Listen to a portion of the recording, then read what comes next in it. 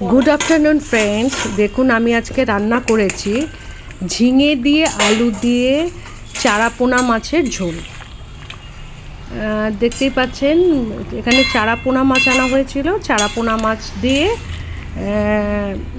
ঝিঙে দিয়ে আলু দিয়ে পাতলা করে কালো জিরে কাঁচা লঙ্কা ফোড়ন দিয়ে ঝোল করা হয়েছে। আর করা হয়েছে সজনে ডাঁটা দিয়ে ডালের বড়া দিয়ে আলু দিয়ে পোস্ত। এটা আমার অত্যন্ত একটা ফেভারিট ডিশ। সজনে ডাঁটা তার সাথে ডালের বড়া আর আলু দিয়ে এটা পোস্ত রান্না করা হয়েছে, দারুণ হয়েছে খেতে। আর হয়েছে লোটে মাছের ঝুড়ো। লোটে মাছ অল্প একটু ছিল ফ্রিজে, সেই লোটে মাছের ঝুড়ো রান্না করা হয়েছে।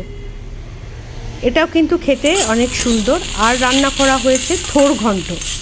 এটা আবার লোটে মাছ ভাববেন না, দুটোর কালার কিন্তু একই রকম হয়েছে, কিন্তু এটা হচ্ছে থোর ঘন্ট। ঠিক আছে, এটা এখনও রান্না হয়নি, মানে আমি যখন ভিডিওটা পোস্ট করেছি তখনও রান্নাটা হতে বাকি ছিল, তাই জন্য এটা দেখিয়ে দিচ্ছি। এটা এখনও তৈরি হয়নি। টাটা।